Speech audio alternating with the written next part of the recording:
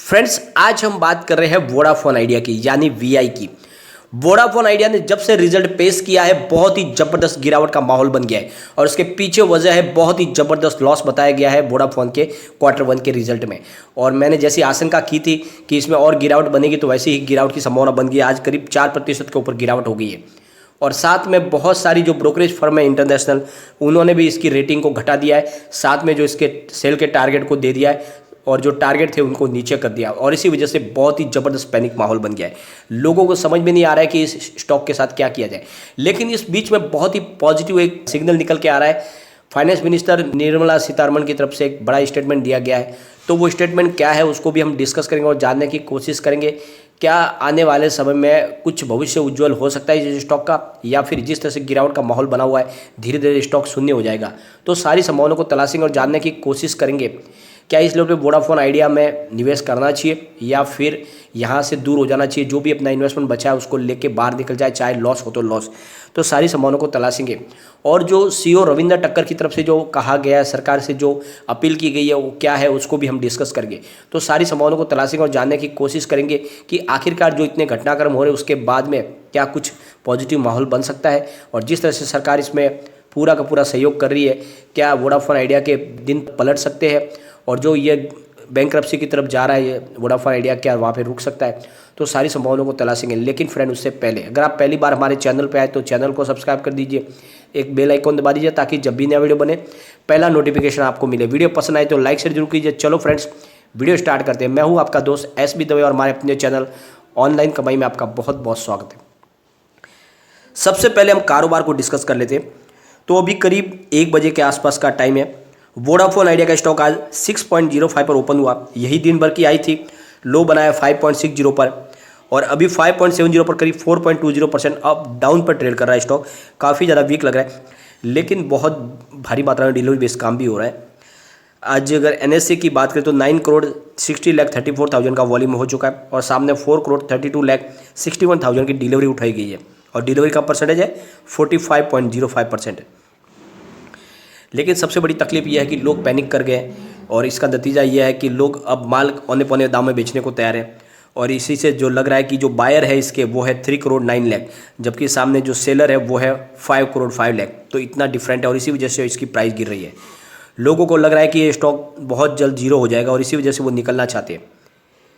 अगर इसके वॉल्यूम को एनालिस करें तो पिछले 1 महीने पहले 73 करोड़ रुपीज़ का वॉल्यूम था, 1 वीक पहले 32 करोड़ रुपीज़ का वॉल्यूम था और कल इसका 25 करोड़ रुपीज़ का वॉल्यूम था और आज इसका 16 करोड़ का वॉल्यूम हो चुका है।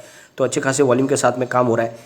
लेकिन जो अपडेट निकल कर है उसके हिसाब से जो इसके CEO है रविंद्र टक्कर, उनका कहना है कि जो हमने पिटीशन लगाई हुई है, फिर से रिपिटिशन की हुई है सुप्रीम कोर्ट में, अगर सुप्रीम कोर्ट उसको रिजेक्ट कर देती है और जो हमारा AGR का जो कैलकुलेशन है जिसमें जो एरर है उसको नहीं सुधारा जाता है, तो फिर हम सरकार से अपील करते हैं कि सरकार इसमें कदम उठाए और वो अपनी तरफ से अपने पावर का इस्तेमाल करके इस AGR के मामले में जो भी कैलकुलेशन है उसको सुधारे और हमारा जो AGR बन रहा है उसको हमें सुनाए कि भई इतना AGR हमें भरना है।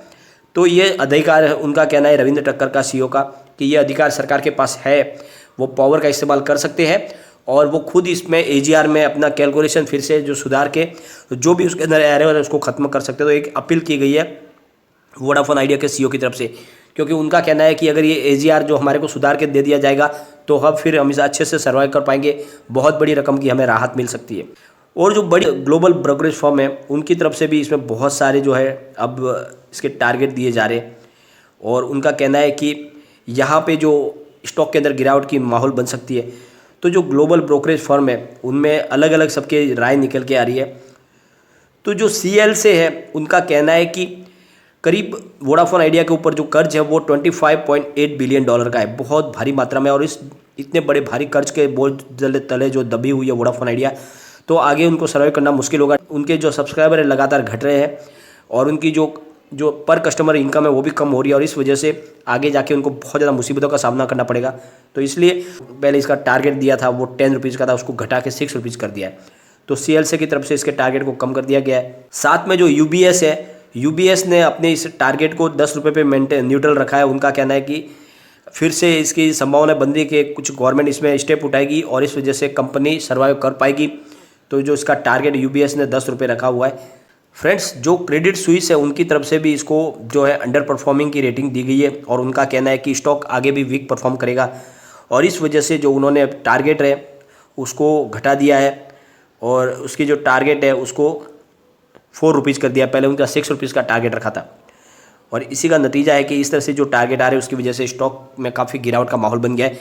तो जो गिरावट के पीछे वजह है दो बड़ी, एक तो इसका जो रिजल्ट आया, रिजल्ट दमदार नहीं है, रिजल्ट ने बहुत ज़्यादा तकलीफ दे दी है और दूसरी तरफ जो ग्लोबल ब्रोकरेज फर्म है वो लगातार इस पर सेल के टारगेट दे।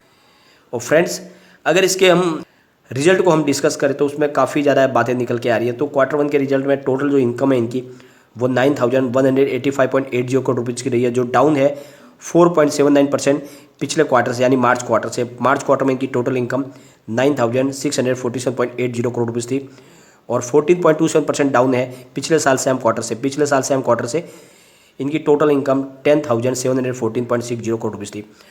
तो आप ईयर ऑन ईयर बेसिस पे देख लो या क्वार्टर ऑन क्वार्टर बेसिस पे, तो इनके रेवेन्यू में गिरावट हो रही है, डिक्लाइन हो रहा है और इसी का नतीजा है कि लोग इसके ऊपर भरोसा नहीं कर पा रहे। कारोबार लगातार कम हो रहा है, इनके जो सब्सक्राइबर की संख्या भी कम हो रही है और इनको लॉस हुआ है 7,319.60 करोड़ रुपीज़ का। तो भारी लॉस है और इसी का नतीजा है कि अब इसके ऊपर कोई भरोसा नहीं कर रहे। और इस बीच में जो बॉन्ड्स होल्डर है उनका जो पेमेंट है, बकाया है, वो 4 से 6 महीने में अभी उनको चुकाना है। तो वोडाफोन आइडिया ने जो है उनके बॉन्ड्स होल्डर के साथ में डिस्कशन शुरू कर दिया है कि जो 6,000 करोड़ रुपीज़ का जो उनकी रकम चुकानी है 4 से 6 महीने में आने वाले, उसको रीफाइनेंस किया जाए, यानी कुछ और राहत दी जाए, फिर से कहीं से उसकी व्यवस्था की जाए अमाउंट की और उसको रीफाइनेंस के तहत एक बार उस मामले को थोड़ा आगे कर दिया जाए। यानी फिलहाल जो 4 से 6 महीने में जो ड्यू होने वाली रकम 6,000 करोड़ रुपीज़, उसको थोड़ा और आगे खींचा जाए। तो इसकी कोशिश की जा रही है सरकार के वोडाफोन आइडिया की तरफ से। और वोडाफोन आइडिया का कहना है कि हम 25,000 करोड़ रुपीज़ के फंड रेजिंग की तैयारी कर रहे हैं। इसके लिए बहुत सारी फर्मों के साथ में बातचीत चल रही है और जैसे ही ये हमारा फंड रेजिंग हो जाएगा तो हम सारा का सारा कर चुका पाएंगे। और इसके बीच में फाइनेंस मिनिस्टर निर्मला सीतारमण की तरफ से कहा गया है 16 अगस्त को कि गवर्नमेंट इसके ऊपर बातचीत कर रही है कि वोडाफोन आइडिया को बेल आउट पैकेज दिया जाए, लेकिन अबे हमारे पास ऐसा कोई प्रपोजल वोडाफोन आइडिया की तरफ से आया नहीं है। अगर आएगा तो हम इसके ऊपर विचार करेंगे, हम कुछ कोशिश करेंगे कि वोडाफोन आइडिया सर्वाइव कर पाए, क्योंकि हम नहीं चाहते कि इतनी बड़ी टेलीकॉम कंपनी डूब जाए। तो सरकार की तरफ से पॉजिटिव मूव उठाया गया है, उनकी तरफ से एक बड़ा पॉजिटिव स्टेप उठा रही सरकार, यानी सरकार ने इसमें एक पॉजिटिव सिग्नल दे दिया है कि वो चाहेंगे तो अगर वोडाफोन आइडिया चाहेगा तो उनको बेल आउट पैकेज दिया जाएगा, यानी हर तरह से कोशिश की जाएगी। अगर वोडाफोन आइडिया के कर्ज की बात करें तो करीब कंपनी के ऊपर उनका जो टोटल जो इनका जो डेप्ट है वो करीब जो लॉस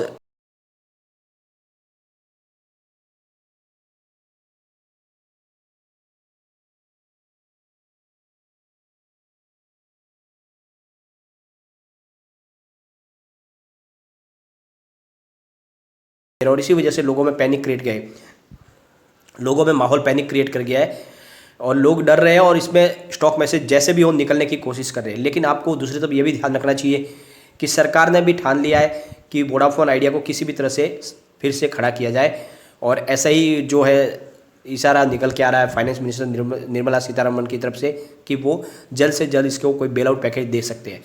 तो आपको आने वाले समय यहाँ पर बाउंस बैक देखने को मिल सकता है। तो अगर आप ऊपर के लेवल से फंसे हो तो यहाँ पर एंट्री में आपको निचले लेवल से खरीदारी करके अपना एवरेज नीचे करना चाहिए। आने वाले समय यहाँ पे तेज़ी का माहौल बन सकता है, लेकिन फिर भी इसका भविष्य बहुत ज़्यादा उज्जवल नहीं है, क्योंकि कंपनी बहुत ज़्यादा लॉस में है। जब तक अपने कारोबार में उनको कोई भी राहत न मिले इसका कोई फ़ायदा नहीं है, क्योंकि कस्टमर बेस उनका लगातार कम हो रहा है और यही सबसे बड़ी उनके लिए मुसीबत है। इससे उनको बाहर निकलना होगा। उनका कस्टमर बेस जब तक उनका कस्टमर बेस नहीं बढ़ेगा उनके ऊपर कोई भरोसा नहीं करेगा और इसीलिए हमें वेट एंड वॉच करना होगा वोडाफोन आइडिया में। आगे देखते क्या होता है। लेकिन फ्रेंड, कोई भी इन्वेस्टमेंट करने से पहले अपने फाइनेंस एडवाइजर से एडवाइस ले ले या अपना खुद का रिसर्च करें, क्योंकि मैंने वीडियो आपके एजुकेशनल पर्पज के लिए ही बनाया। वीडियो पसंद आए तो लाइक शेयर जरूर कीजिए और चैनल को सब्सक्राइब कर दीजिए। Thank you friend.